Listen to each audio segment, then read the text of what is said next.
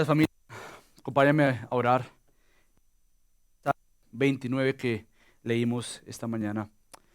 La voz del Señor es poderosa. La voz del Señor es majestuosa. La voz del Señor rompe los cedros.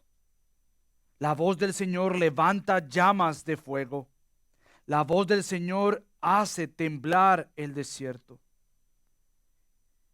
Y la voz del Señor en el 2022 no ha cambiado.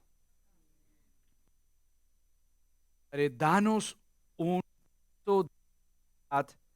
y de esta realidad que venimos a escuchar. Pero esta voz poderosa que hace que tiemble el desierto debe hacer que nuestro corazón tiemble. Esta voz que es poderosa, majestuosa y rompe los cedros es la misma poderosa y majestuosa para romper nuestro corazón. Oh Padre, ven y habla a tu iglesia, Señor. Ven y muestra tu señorío. Ven y haz lo que solamente tú puedes hacer, Señor. Así que danos un peso mayor que aquella voz de la carne, que aquella voz del diablo, que aquella voz del mundo sea apagada por aquella poderosa voz de Dios. Ayúdanos, Señor, por favor. Lo necesitamos. En el nombre de Cristo Jesús oramos. Amén. Pueden tomar asiento, familia. Una de las cosas que acostumbramos a decir en gracia sobre gracia es precisamente eso, que somos la familia amada o la amada familia. Entiéndase, somos la iglesia amada, pero hemos hecho hincapié una y otra vez es que si decimos ser la iglesia amada, la familia amada, el Dios Padre, esa familia amada debe lucir como ese Dios Padre. Podremos enamorarnos de decir somos amados, familia amada por Dios luzca como Dios. Ese debe ser nuestro afán. Debemos mirar cómo la familia de Dios, la iglesia, en este caso, gracia sobre gracia, y entiéndase que dentro de la iglesia, familia, gracia sobre gracia, hay diferentes personas que componen diferentes familias. Pero cada uno de nosotros tiene que lucir más como el Dios que confesamos creer. Cada uno de nosotros tiene que ver a la vista de Dios y decir cómo yo luzco como Él. Por lo tanto, parte del fruto y la meta de cada uno de nosotros es que por gracia podamos vivir como Dios. Es que por su señorío y su fortaleza y su poder podamos realmente decir cómo luzco como Dios. Cómo mi vida refleja a Dios. Bueno, ¿por qué? Porque Cristo mismo lo dice. Cristo dice en el Sermón de Monte, en Mateo 6, versículo 16, así brille la luz de ustedes delante de los hombres, para que vean sus buenas acciones y glorifiquen a su Padre que está en los cielos. Cristo no tiene nada en contra de nuestras buenas obras, como fruto de su buena obra de la salvación. Las buenas obras nuestras no nos ganan nada, no nos ganan favor, pero nuestras buenas obras, como fruto de su buena obra en la salvación, testifican que le pertenecemos al Dios Padre. Por lo tanto, nuestra vida debe buscar maneras prácticas, reales, sinceras, que luzcamos como nuestro Padre Celestial. Y precisamente en esta mañana, en los versículos que Gio leyó, vamos a ver que Cristo tiene una meta principal, y es que su familia haga la voluntad de Dios. Cristo quiere que así como Él nos ha mostrado que Él obedeció a su Padre, se espera que la familia comprada por Cristo, ahora adoptados en la familia de Dios, entonces hagamos la voluntad de Dios. Entonces vamos a ver dos cosas que son bien claras en el texto. Lo primero es que Cristo va a hablar de su familia terrenal para entonces después hablar de su familia espiritual. Entonces vamos a tratar de entender primero que todo su familia terrenal para Él hacer un cambio, por así decirlo, y hasta sorprendernos y decir, mi familia es la que hace la voluntad de Dios. Entonces vamos a estar hablando mucho de esto y quiero animarte para que desde ahora tú anotes, pienses, ores atentamente y le digas a tu Señor en qué áreas yo no estoy haciendo la voluntad de Dios. Porque aquí no hay ninguno que está haciendo la voluntad de Dios a perfección. Por lo tanto, cada uno de nosotros tiene una lista o un espacio donde decir, donde yo no estoy haciendo la voluntad de Dios. Y eso es lo que vamos a ver entonces, cómo Cristo habla de su familia terrenal y después cómo habla de su familia espiritual. Así que comencemos con lo primero y es la familia terrenal de Jesús. La semana pasada vimos que Marcos nos dice que su familia comenzó, por así decirlo, una caminata, un viaje hacia donde estaba Jesús. La familia comenzó sus parientes con destino a donde está Jesús para llevarse a Jesús. Para llevárselo porque precisamente estaban pensando que estaba medio loco, que algo le pasaba a Jesús. Ahora ya llegamos a estos versículos donde ya la familia llega a donde está Jesús y es en esta misma casa que ya la hemos visto. Pero algo interesante que el texto nos hace entender es que la familia terrenal estaba afuera de la casa donde Jesús estaba. Y esto va a tomar mucho más color y más claridad mientras que avanzamos en el texto. Pero mientras que llegamos al texto, llegaron por fin su madre y sus hermanos y quedándose afuera, comienzan a anunciar y a pasar la voz. Imagínate nuevamente estas casas pequeñas, repletas de personas. Ellos no entran, aunque es la madre y los hermanos, se quedan afuera y comienzan como a jugar al teléfono, ¿verdad? Al mensaje del teléfono. Hey, llegó la mamá de Jesús. Hey, llegó los hermanos de Jesús. Pasen la información hasta que llegara la atención de Jesucristo. Hey, tu familia está afuera. Tu familia te está esperando. Pero estos versículos nos presentan por lo menos dos cosas asombrosas que yo no quiero que tú te pierdas al leer el texto por encimita. Hay dos cosas que pasan inmediatamente que nos debería llamar la atención. Nuevamente, lo primero es que la familia se queda afuera. Por más que la familia de Jesús no dicen, hey, abran camino, que llegó la mamá de Jesús. Hey, abran camino porque llegaron los hermanos de Jesús. Ellos se quedan afuera. Y algo importante que quiero adelantarte, esto es muy importante porque el texto va a ser enfático, que a pesar que su familia, Cristo toma esto de que mi familia terrenal está fuera, porque hay algo importante que está aconteciendo en este momento y es que mi familia en la fe está acá. Mi familia está conmigo. El texto va a aclarar esto y va a ser mucho más claro cuando sigamos caminando, porque creo que es muy importante que el texto nos diga esto y nosotros entenderlo de esta manera. Entonces, Cristo de una vez dice, más adelante, que su familia son los que hacen la voluntad de Dios. Y esto va a tomar mucho más claro como acabo de decir. Pero entonces, otro asombro que nos da el texto es la pregunta de Jesucristo. ¿Quiénes son mis hermanos o quiénes son mi madre y mis hermanos? Les dijo Jesús. Eso es asombroso porque nuevamente para algunos en este momento tuvieron que haber pensado y decir, mira, realmente algo le pasa a Jesús. Realmente está fuera de sí, en palabras bonitas, en realidad está loco. Porque la pregunta en sí es rara. ¿Cómo una persona no va a saber quién es su madre y quién no va a saber quiénes son sus hermanos? La pregunta así entonces lleva a la atención, a asombrarnos y preguntarnos cómo es posible que Cristo, con toda la multitud sentada a su alrededor, y le digan, hey, tu mamá te espera, tu mamá te busca, tus hermanos te buscan. Y que Cristo responda con una pregunta, ¿quiénes son mi madre y mis hermanos? Cristo les dice esto a la multitud. Nuevamente algunos podrían decir, no, realmente algo le pasa a Cristo. Realmente algo le está sucediendo porque cómo no puede reconocer quién es su mamá y quién son sus hermanos. Pero realmente es una oportunidad para Cristo tomar esto en serio y Cristo mismo tomar esta oportunidad para enseñar algo glorioso y maravilloso, que es lo que vamos a ver principalmente en nuestro segundo punto. Pero antes de entrar a esto, tenemos que aclarar varias cosas. Uno de estos es si Jesucristo en realidad tuvo más hermanos. Otra manera de hacer esta pregunta es, ¿tuvo María más hijos? ¿Tuvo María más hijos? Porque una de las cosas que yo preparándome pensaba y recordarte que nosotros somos gente del libro más que gente de tradición. Y hago esto porque quizás dentro de nosotros hay católicos. Y yo no quiero desanimarte a que cierres tus oídos por lo que voy a mencionar. Quiero animarte que si tú eres un católico dentro de nosotros, nuevamente tú eleves a Dios elevando su voz descrita en su palabra más que lo que la tradición te pudo enseñar en cuanto a María.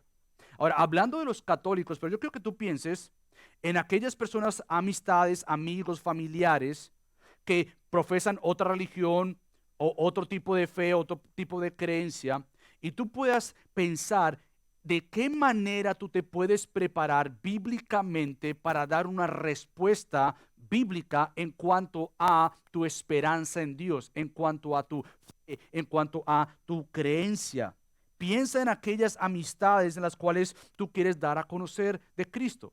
Ahora, una de las cosas que queremos estar haciendo, y si tú eres miembro de Gracia sobre Gracia, uno de nuestros lemas o el lema para este año era Efesios 6, cuando Pablo dice: oren por mí para que yo pueda dar a conocer el evangelio sin temor.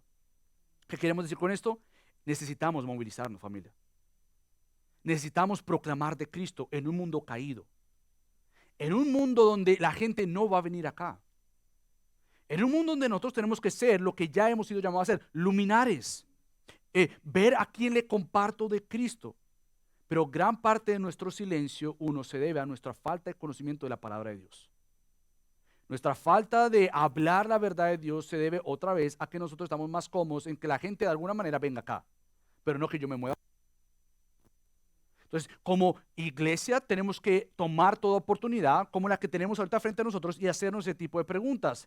En cuanto a María, nuevamente, si tú estás con una conversación con un católico, ¿cómo tú le puedes entrar a uno de los temas más difíciles para un católico, y es sobre María? ¿Cómo tú le ayudas a entender? Ahora piensa en tus mismas posiciones. ¿Lo que tú has creído es por parte de tradición o por parte de convicción bíblica? ¿Lo que tú has creído fue porque viste a alguien en YouTube, porque leíste un libro de alguien que tiene varios libros y varias credenciales, o porque realmente tus convicciones tú las puedes abrir, mostrar en la palabra de Dios? Familia, nosotros no somos una gente de tradición, por más que tenemos una tradición. Nosotros no somos personas que mencionamos autores que respetamos por mencionarles. Nosotros mencionamos autores siempre y cuando esos autores estén por debajo de lo primario y de la palabra de Dios. Nosotros no creemos doctrinas las cuales estamos tratando de explicarles todos los domingos porque fulanito de tal lo dijo, pero porque están en la Biblia. Entonces, parte importante de nosotros entender es que nuestra tarea es llenar Broward de Cristo. Y principalmente estas ciudades que están cerca a nuestra localidad. Y debe pesarnos el hecho de que nosotros no podemos caer en ser una iglesia pasiva intelectual o teológica sin movilizarnos a proclamar de dicha verdad sobre Cristo y sobre su palabra. No podemos pensar que Dios se va a agradar. Cuando pensemos que las personas de alguna manera van a escuchar de la iglesia, como no sé, por medio de YouTube. Bueno, Dios nos ha dado diferentes medios para comunicar la verdad de Dios. Redes sociales, YouTube, pero eso jamás va a reemplazar la iglesia. No simplemente no la va a reemplazar con que tú puedas ver una prédica y decir que estás en la iglesia, porque no estás en la iglesia y tú ves algo por la internet, pero tampoco podemos decir ya la tarea evangelística la hacen las redes sociales, porque eso no ha sido diseñado por Dios como el instrumento primario. Es un instrumento y muy importante, pero Dios ha diseñado que tú, querido creyente, seas una historia de su redención, seas un instrumento de sus manos, en sus manos, para dar a conocer de Cristo a las personas a tu alrededor. Por lo tanto, cualquier pregunta sobre Dios, piensa en aquellos familiares en este mismo momento, en aquellas amistades, aquellos vecinos que no conocen de Cristo. Y quizás ellos tengan preguntas sobre Dios. Dios te ha puesto ahí para que tú seas un instrumento y le proclames sobre Dios. Aquellas preguntas sobre Jesús. ¿Por qué Jesús y no otro Mesías? ¿Por qué Jesús es más que un profeta? ¿Por qué Jesús es más que un buen hombre? Preguntas sobre el Espíritu Santo. ¿Por qué nosotros creemos en la Trinidad? Si primero que toda esa palabra ni siquiera existe en la Biblia. Trinidad. Tú tienes que conocer esas verdades. Tú tienes que conocer verdades sobre por qué ir a la iglesia o por qué tal idea de tener una iglesia. Luego, eso no es antiguo. Eso no es antes lo hacían porque pues no había la internet, porque pues no había una pandemia. ¿Por qué tu urgencia de ir y congregarte? ¿Por qué nosotros tenemos preguntas, por ejemplo, de qué es un discípulo? ¿Por qué tú te haces parte de una iglesia para crecer? Ahora, estas preguntas no son antiguas, siguen siendo preguntas del hoy, que gente a tu alrededor tiene esas preguntas. Y Dios te ha puesto ahí para proclamar de Cristo. ¿Cómo? Con una convicción firme. llena de gracia, llena de amor, llena de humildad. Dios te ha puesto para hablar. El creyente no simplemente es aquel creyente que cree y se lo come todo. Cree, lo mastica, lo aplica y lo comparte. Tú tienes un Dios maravilloso que la gente a tu alrededor no conoce. Pero esto se debe hacer. Entonces, antes de entrar y seguir explicando si María, quién es María, porque está en su texto, y si tuvo más hermanos, estoy haciendo esta aplicación porque nos urge hacer ese tipo de preguntas según ese texto. Porque vamos a ver la diferencia entre lo que enseña la Iglesia romana en cuanto a María y María, dicen que no tuvo hijos. Nosotros afirmamos lo que la Biblia afirma y vamos a ir allá. Pero ¿con qué actitud defendemos nuestras posiciones bíblicas? Bueno, déjame guiarte a Primera de Pedro, porque yo quiero que tú veas un clásico ejemplo de cómo es que nosotros debemos dar respuesta ante toda pregunta sobre nuestra esperanza, no solamente de la eternidad, pero nuestra esperanza en Cristo, nuestra esperanza en la palabra de Dios, nuestra esperanza en nuestro discipulado y cuidado mutuo. Bueno, fíjate lo que dice Pedro en 1 Pedro capítulo 3, versículos del 15 en adelante. Dice lo siguiente: si no santifiquen a Cristo como Señor en sus corazones, estando siempre preparados para presentar defensa ante todo el que les demande razón de la esperanza que hay en ustedes. Entonces, querido creyente, ¿cómo tú te estás preparando para presentar defensa? En una cultura donde todo principio bíblico más que nunca está siendo negado, aplastado y hasta burlado. ¿Cómo te estás preparando para defender la verdad?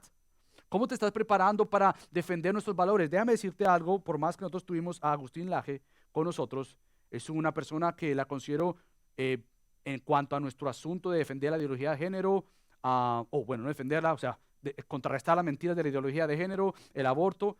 Quiero decirte algo, ninguno de ellos tiene lo que tú tienes. Y un peligro nuestro puede ser que empecemos a confiar en ellos como aquellos que van a dar respuesta.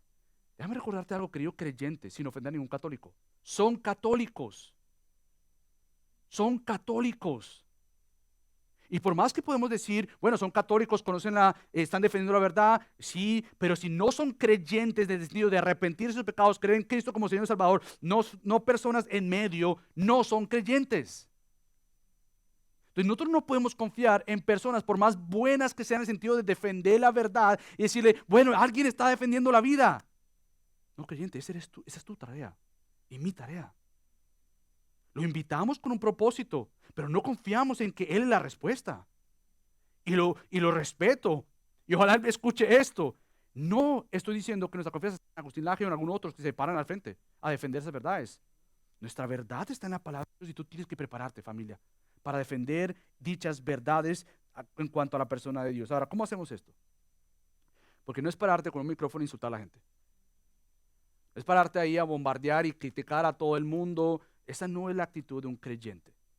Porque el creyente que sigue a Cristo se comporta como Cristo.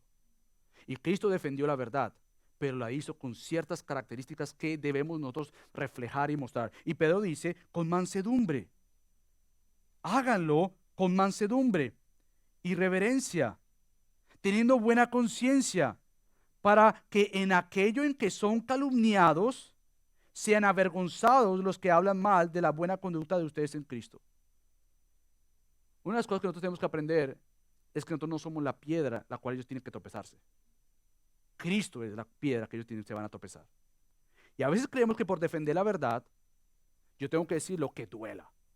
Yo tengo que decirlo con que realmente esta actitud hasta grosera, brusca, ofensiva, porque es la verdad. No, la verdad va a doler en sí. La verdad va a confrontar en sí. Pero yo tengo que hacerlo de tal manera que quien sea el que ofenda, no sea yo, pero sea la palabra de Dios, sea la verdad de Dios. Porque lo que Pedro dice es verdad con el Dios y a la manera de Dios, cuando aquellos que nos acusen, nosotros tenemos una conciencia limpia. Sea limpia precisamente para que sea Cristo exaltado. Ahora sí, con esto en mente, vamos a hablar de dos preguntas claves. Lo primero es, ¿fue María sin pecado? Y lo segundo, ¿tuvo María más hijos? Y voy a moverme rápidamente. ¿Hay que cambiar el micrófono? ¿Sí? Ok. Sorry, me lo pueden. Déjeme esperar. Oh, sorry, muchachos. Ya, vamos a cambiar el micrófono entonces.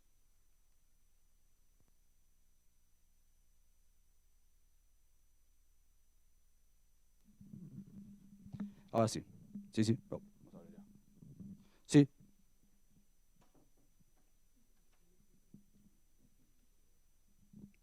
sí, sí. Ya, eso sí. Ahora sí. Bueno, entonces vamos a hablar sobre estas dos preguntas. Lo primero es nuevamente si María tuvo pecado o no. O, segundo, si hubo más hijos que María tuvo. Ahora, déjame tratar de ponerlo en junto y vamos a llegar allá. Pero, ¿qué son las cosas que estamos de acuerdo con la Iglesia Católica Romana y la Iglesia Cristiana Protestante? Bueno, dos cosas, por así decirlo, en cuanto a María, en lo más básico. Lo primero que todo es que María era virgen. En el momento de recibir la noticia de que Cristo estaría en su vientre por medio del poder de Dios. Lo primero que todo, estamos de acuerdo que María era virgen, que no había tenido relaciones sexuales con nadie. Número dos, que María estaba comprometida con José. Sin embargo, de aquí en adelante, por así decirlo, es donde nosotros cambiamos completamente nuestra posición con ellos por nuestra convicción bíblica. Primero que todo, la Iglesia Católica Romana dice que en María había algo especial. Ella tenía algo único y por lo tanto, según el Papa Pío ordenó en diciembre 8 de 1854 que se enseñara el dogma o la doctrina de la Inmaculada Concepción de María. No simplemente esto, sino que también enseñaban precisamente que María fue nacida sin pecado. Por eso es que se llama la Inmaculada Concepción de María. Esto quiere decir que María, supuestamente ellos, no fue afectada por la caída como el resto de nosotros, que no heredó una naturaleza dada al pecado como el resto de nosotros, que de alguna manera el pecado de Adán y Eva no fue heredado por ella. Ella tenía algo único, por eso la Iglesia Católica Romana enseña que María es la reina del cielo y de todas las cosas. Ella es la abogada, la ayudante, la benefactora. Ella es el arca de la nueva alianza y la mediatriz de todas las gracias. Básicamente lo que la Iglesia Católica enseña es que María es aquella, no que es como Jesús, porque no podemos interpretar mal lo que ellos enseñan, pero que María de alguna manera está, obviamente, Dios o la Trinidad, y está ahí María como aquella que intercede. Ella no hace nada por nosotros, pero sí intercede al Padre. Ella no salva a nadie, pero ella sí le pide a Cristo a quien salvar. Ella no protege a nadie, pero sí tiene autoridad de alguna manera de decirle a Cristo a quien cuidar. Por tanto, la oración, la plegaria hacia María. Entonces, según ella, María, nuevamente, según ellos, seguramente María tenía diferentes bendiciones especiales porque nuevamente ella era la intercesora, según como a San Bernardo lo dijo. Ahora, cuando vamos a la Biblia, tenemos que recordar y pensar qué es lo que la Biblia enseña. Nuevamente, seguro ustedes crecieron en un trasfondo católico y algunos de ustedes conocen ciertas doctrinas en cuanto a lo que se les enseñó, otros no conocen y lo único que han hecho es transferirse, por así decirlo, de la Iglesia Católica Romana a la Iglesia Cristiana Protestante. Y lo que tú creías allá lo desconoces y lo que tú creías aquí lo desconoces. Eso no puede pasar. Nosotros venimos de un pueblo que no estudia, que no se prepara, que cree lo que le dicen, que de allí le dijeron tal cosa, ahora le dijeron tal cosa y eso es lo que cree. ¿Por qué tú eres un cristiano protestante? Bueno, porque creo en Cristo. Pero ¿qué más? ¿Qué más tú puedes presentar que la Biblia te ha dado? ¿Qué convicciones tú puedes tener y sentarte sobre ellas y proclamar de Cristo? Porque cuando vamos a la Biblia, nos damos cuenta que obviamente todos nosotros, no importando quién sea, excepto Cristo y obviamente la Trinidad, todos hemos heredado una naturaleza caída. El rey David dice en el Salmo 51:5 que mi madre me concibió en pecado. Pablo dice en Romanos 3:9 que tanto judíos como griegos están todos bajo pecado, por lo tanto todos hemos sido destituidos de la gloria de Dios. Esta es la verdad en cuanto a nosotros como en cuanto a María. Por lo tanto, no hay ningún apoyo bíblico donde se informe que María de alguna manera no fue afectada por la caída o no fue afectada por el pecado de Adán y Eva. Todos hemos heredado esta naturaleza caída. Ahora bien, entonces, ¿de dónde saca la Iglesia Católica Romana que María tenía algo especial? ¿De dónde es que ellos sacan esto? ¿Dónde es que lo enseñan? Bueno, algunos podrían decir de Lucas 1:28, cuando el ángel se le aparece a María y le dice: María, bendita tú eres, y le dice en alguna palabra: muy favorecida eres. Ellos sacan de ahí que ahí es donde muestra la Biblia que María tenía algo, un favor único. Había algo en María que la diferenciaba de todas las demás mujeres. Tú eres muy favorecida. Ahora, cuando vamos a esa frase, nosotros tenemos que pensar, por lo menos, ¿dónde más se usa esa frase? Esas son las preguntas que tú le haces a la Biblia.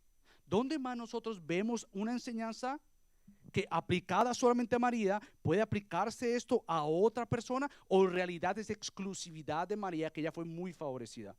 Bueno, el apóstol Pablo usa la misma frase, y el apóstol Pablo lo aplica a la iglesia de Cristo. La aplica a la iglesia en Éfeso, pero por lo tanto lo aplica a todo creyente de nosotros, a todo creyente. Es en Efesios capítulo 1 versículo 6 cuando dice: para alabanza de la gloria de su gracia que gratuitamente ha impartido. En la misma palabra cuando el ángel le dice a María: muy favorecida. En otras palabras, nosotros hemos sido muy favorecidos. La gracia de Dios nos ha alcanzado. El favor inmerecido nos ha dado Cristo en salvarnos. La gracia nos ha llamado. Es la gracia lo que nos distingue. La gracia, no en nosotros o por nosotros, pero por Cristo en nosotros. Lo que nos separa de cualquier otra persona es gracia. Por lo tanto, ninguno de nosotros tiene que creerse mucho, porque delante del Señor lo que tú puedes decir es gracia. Aquí no hay nadie más cercano a Dios por algo que tuvo. No, todos aquí somos iguales, no simplemente porque somos creados a la imagen de Dios, pero porque hemos sido redimidos por Cristo. La gracia que se nos ha dado es la misma gracia en ese sentido que María necesitaba para ser salva y rescatada por sus pecados. Ahora bien, obviamente hay algo diferente en María, es que ella por gracia tuvo el gran honor y el gran privilegio de llevar en su vientre al Salvador de aquella iglesia compuesta por una mujer también llamada María. Ella sería y necesitaría el mismo Salvador. Por lo tanto, nosotros tenemos frente a nosotros que no hay ninguna condición única en María más que la gracia de Dios a llamar a ser portadora del gran Salvador. Por lo tanto, eso es lo primero. Lo segundo, ¿tuvo María más hijos? Ahora, en el momento de contestar esa pregunta, la Iglesia Católica Romana te va a enseñar que no, ella no tuvo más hijos. Y la manera en que ellos lo explican es que la palabra hermanos, como lo tenemos en nuestro texto, ¿quiénes son? Mi madre y mis hermanos. Ellos dicen, bueno, esta palabra hermanos no significa hermanos literalmente. En algunos contextos sí, en otros contextos, por una cultura hebraica o hebrea, lo que ellos hacían era decir a un primo, a un amigo: tú eres mi hermano. Y Cristo puede entonces decir ahí, ¿quiénes son mi madre y mis hermanos? Lo que está diciendo es familiares otros, amistades, amigos. No se está refiriendo inmediatamente a sus propios hermanos. Y para refrescar mi memoria, busqué unos de los artículos más, digamos así, del momento, y lo busqué, y es de un señor llamado el Monseñor Jorge de los Santos, párroco de la iglesia de Nuestra Señora Madre, de la iglesia en Commerce City, Colorado. Me fui a leer lo que este señor dice en cuanto a este tema. Y él lo que hace es explicar que precisamente en los evangelios la palabra hermanos no significa esto que acabo de explicar. Pero él en su artículo no explica por qué Pablo en Gálatas 1 versículo 19 se refiere a Jacobo como el hermano de Jesús. Él usa el ejemplo de los hermanos en los evangelios, pero nunca menciona el ejemplo de Gálatas 1, 19. Ahora, Santiago o Jacobo es precisamente el autor de la epístola de Santiago. Ahora, ¿por qué digo todo esto y cuál es la urgencia de tener esto en mente? Porque tú vas a poder encontrar posiblemente católicos que te van a decir eso. Si yo no creo en la iglesia evangélica o protestante, porque es que dicen que María, uno, no tiene pecado. Y tú tienes que ir a la Biblia para testificarles, proclamar la verdad y usar la palabra y decir: es que todos aquí hemos heredado una naturaleza caída. Es que yo no creo en la iglesia cristiana protestante o en la iglesia cristiana. ¿Por qué? Porque ellos dicen que María tuvo más hijos. Tú tienes que ir a la Biblia y saber cómo argumentar. No por ganar un argumento, pero por presentar la verdad para ganar un alma, que Cristo obviamente la va a ganar. Entonces nosotros nos preparamos para poder dar defensa de lo que creemos con convicciones centradas en la palabra de Dios. Porque entonces tampoco haría sentido lo que vamos a ver más adelante en Marcos 6, Mira lo que dice Marcos 6, del 3 al 4. Esto es lo que decían en cuanto a Jesús. ¿No es este el carpintero, el hijo de María y hermano de Jacob, José, Judas y Simón? ¿No están sus hermanas aquí con nosotros? Y se escandalizaban a causa de él. Y Jesús les dijo: no hay profeta sin honra, sino en su propia tierra y entre sus parientes y en su casa. Nuevamente, yo me tomo todo este tiempo, uno, no para aburrirte, no para decir, yo no vine a una clase de católico ni nada de esto, pero para decirte, tú tienes que conocer la palabra de Dios, familia. Tú tienes que empaparte de ella, tienes que indagar, buscar. Esto no es un asunto de teólogos o pastores o líderes. Esto es un asunto del creyente que dice tener fe en Dios y un creyente que dice elevar la seriedad de la palabra de Dios. Tú te preparas porque al conocer estas verdades vas a conocer más a tu Dios, te vas a apasionar más por Él, le vas a honrar más a Él, porque precisamente lo que distingue a un hijo o una hija de Dios, ¿sabes qué es? Hacer la voluntad de Dios. Y tú no vas a conocer la voluntad de Dios si no conoces la palabra de Dios. Por tanto, ahora sí, tratando de haber explicado esto, vamos a entrar en cómo es que Cristo entonces dice: estos no son mis hermanos ni mi madre, aunque son sus hermanos y es su madre. Él se refiere ahora a su familia espiritual, que es caracterizada por precisamente obediencia a Dios, haciendo la voluntad de Dios. Ahora, con su familia terrenal ya fuera de la casa, él miró a todos los que estaban a su alrededor y de la casa, que estaban escuchando la palabra y sus enseñanzas, y él les dice: aquí están mi madre y mis hermanos. Pero él dice algo ahí que ya lo he mencionado, que es crucial e importante para nosotros entender por qué este contraste. ¿Por qué moverse de su familia terrenal a moverse a su familia espiritual? Y él comienza en el versículo 35 con una conjunción de comparación. Versículo 35 dice: y mirando a las multitudes, o mirando a los que estaban sentados en el círculo alrededor de él, dijo: aquí están mi madre y mis hermanos, porque es el fundamento. ¿Por qué estos son tus hermanos y tu madre? Cuando tus hermanos y tu madre te están buscando afuera, ¿por qué tú dices que hay una diferencia entre los que te buscan afuera con los que están adentro? Y él aquí da el fundamento. Porque, nuevamente, cualquiera que hace la voluntad de Dios, ese es mi hermano y hermana y madre. Esto es algo maravilloso y glorioso, ya que lo que nos caracteriza como familia de Jesús no es tradición. Lo que nos caracteriza como familia de Dios no es la religión, no es una herencia teológica, ni tampoco una denominación, ni tampoco es lo que está de moda en las redes sociales. Lo que nos debe caracterizar a nosotros como la familia de Dios, el pueblo de Dios, la iglesia de Dios, es la obediencia a Dios.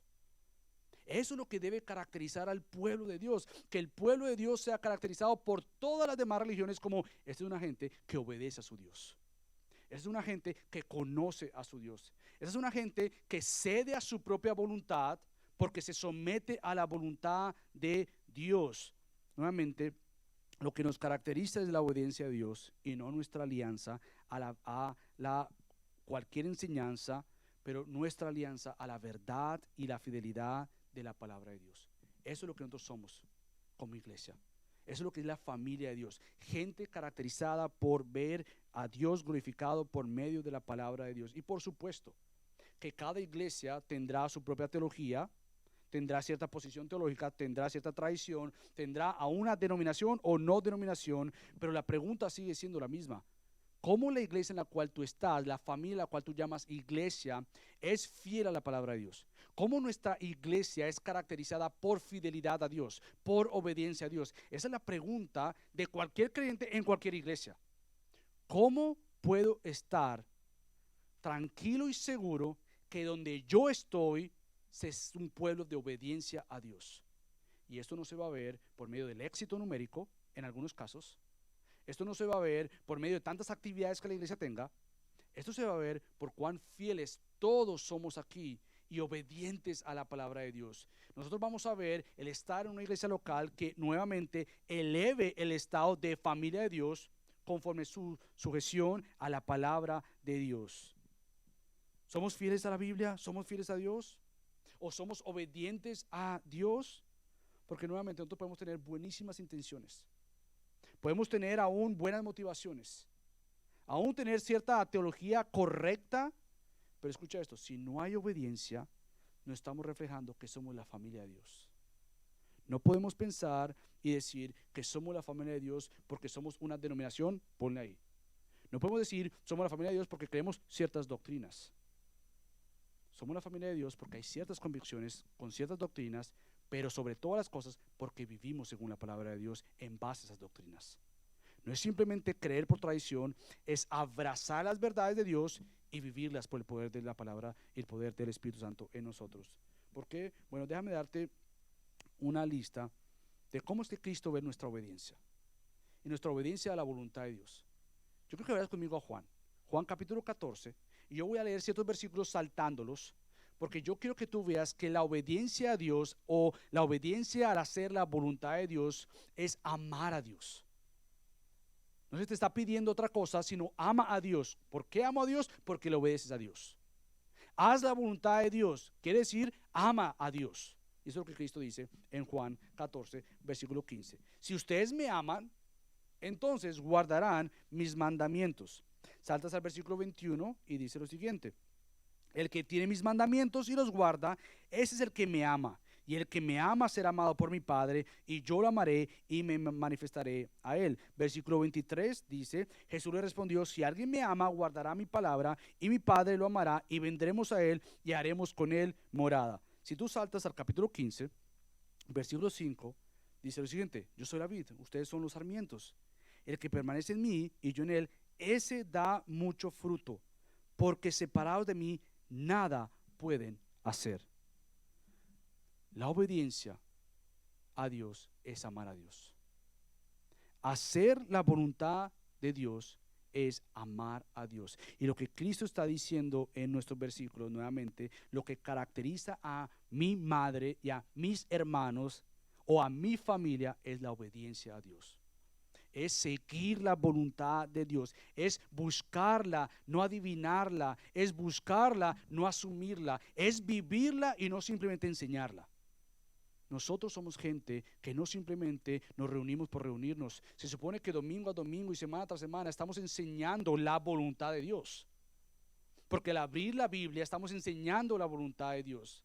Y no simplemente queremos enseñártela, pero una de las cosas que queremos hacerla es equiparte. Y equiparte para enviarte, es decir, para obedecer la palabra de Dios, para vivir la palabra de Dios, para que nuestra vida entonces cada vez más luzca como Dios. Por lo tanto, la única manera de ser obedientes a Dios es entender lo que yo tengo que dejar malo para tomar lo bueno. Hacer la voluntad de Dios va a requerir que muchas veces nosotros obviamente dejemos lo que es contrario a Dios, pero nos agrada, nos gusta, nos satisface. Pero esa no es la voluntad de Dios.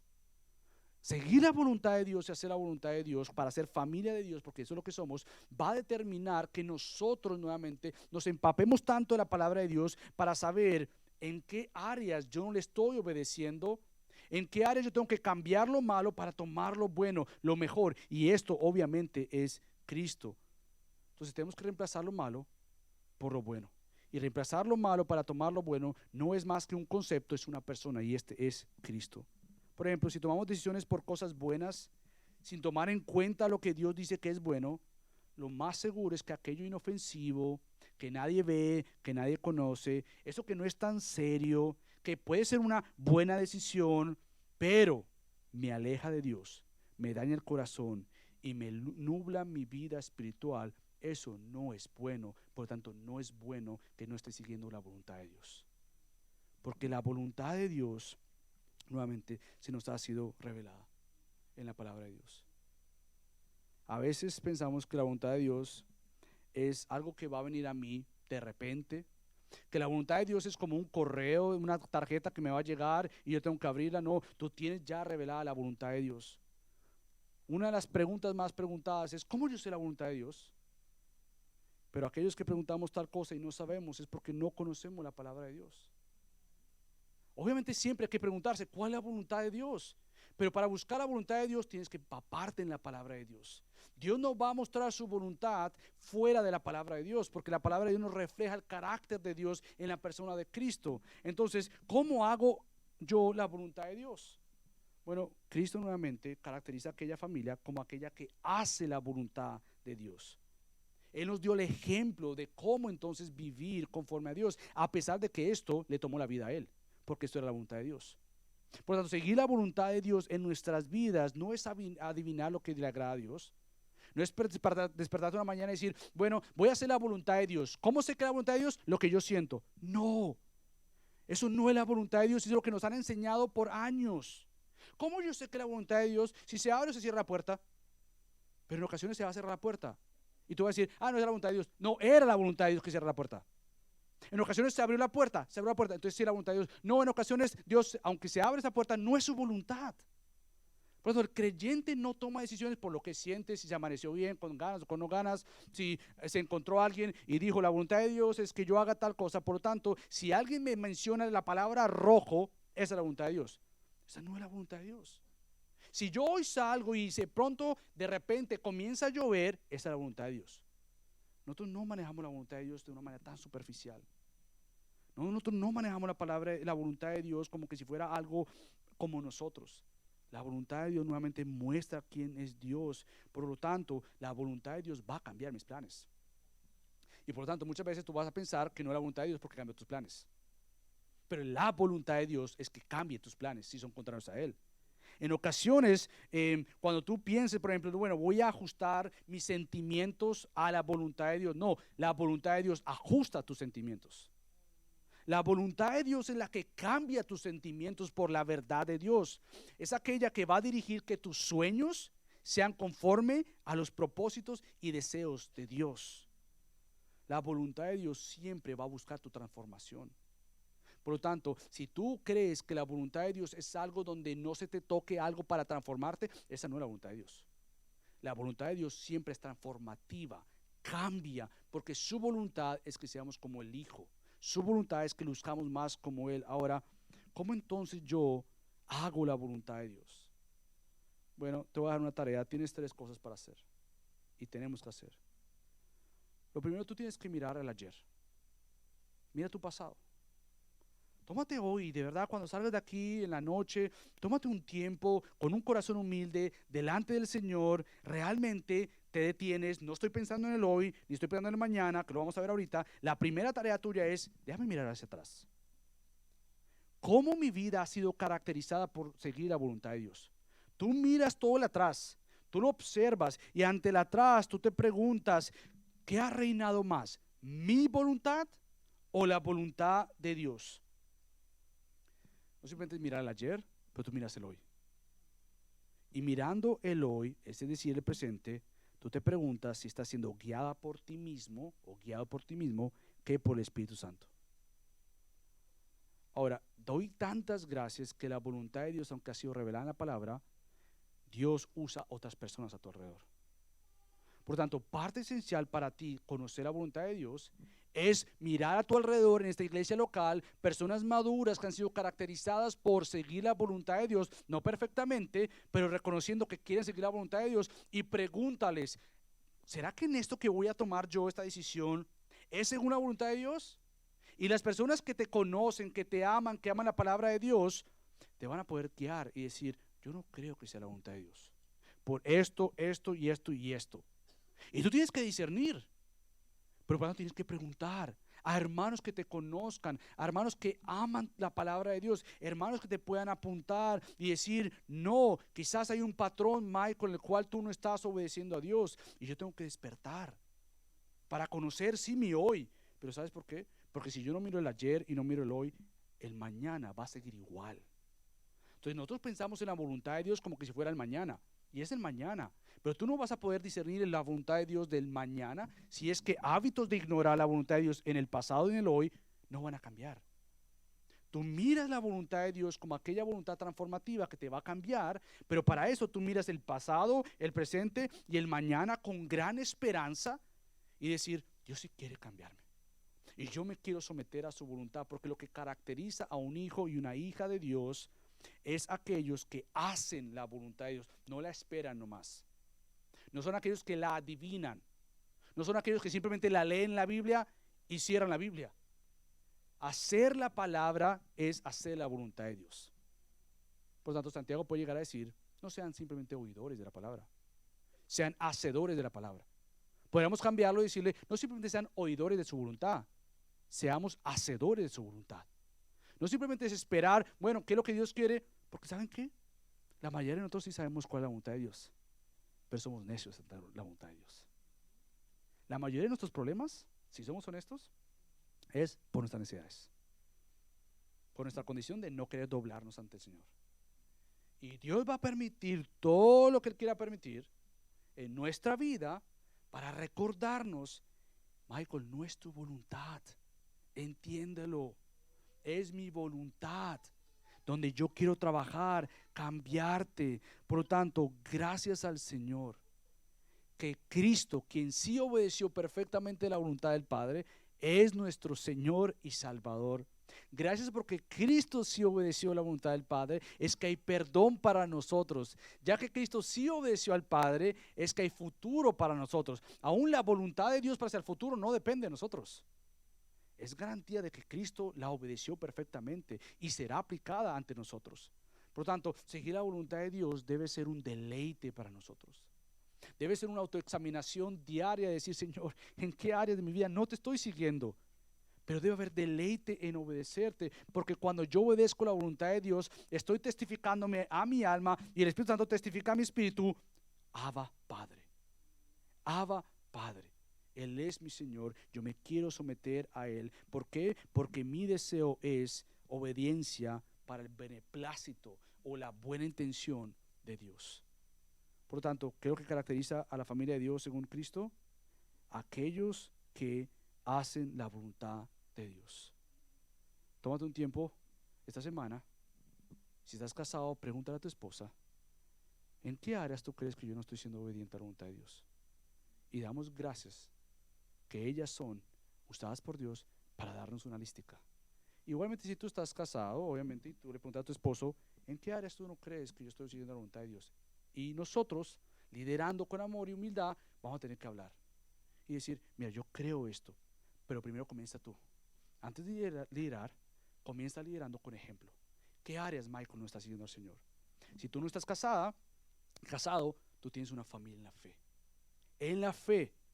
No le preguntes a la internet, no le preguntes a Google, no le preguntes a tus amigos de Facebook que tienes 1000 pero ninguno te conoce. Pregúntale a tu iglesia que te va a ver el otro domingo y te va a decir, ¿recuerdas que tú me dijiste que tú querías seguir la voluntad de Dios? Esta semana, ¿cómo te fue? ¿Te acuerdas de esta área donde tú no estás siguiendo la voluntad de Dios? ¿Cómo has cambiado? ¿Qué frutos estás dando? Esa es la voluntad de Dios para su iglesia. Que Dios nos ayude a ser un pueblo que siga a Cristo obedeciendo la voluntad del Señor. Así que acompáñenme a la familia. Padre Dios, te damos tantas gracias porque nuevamente, Dios, el privilegio de ser considerados tu familia es un regalo comprado por aquel Hijo perfecto. Y nuestro deseo mayor es aprender cómo somos una iglesia que haga tu voluntad. Padre, te necesitamos, Señor. Hacer tu voluntad debe ser nuestro deleite. Por tanto, perdónanos, Señor, porque en muchas ocasiones hacemos nuestra voluntad. Pero para eso tú nos enseñaste Cristo. Cuando tú dijiste, hágase tu voluntad, tanto en los cielos como en la tierra. Ayúdanos a vivir tu voluntad y a confiar en ti. En el nombre de Cristo Jesús oramos. Amén.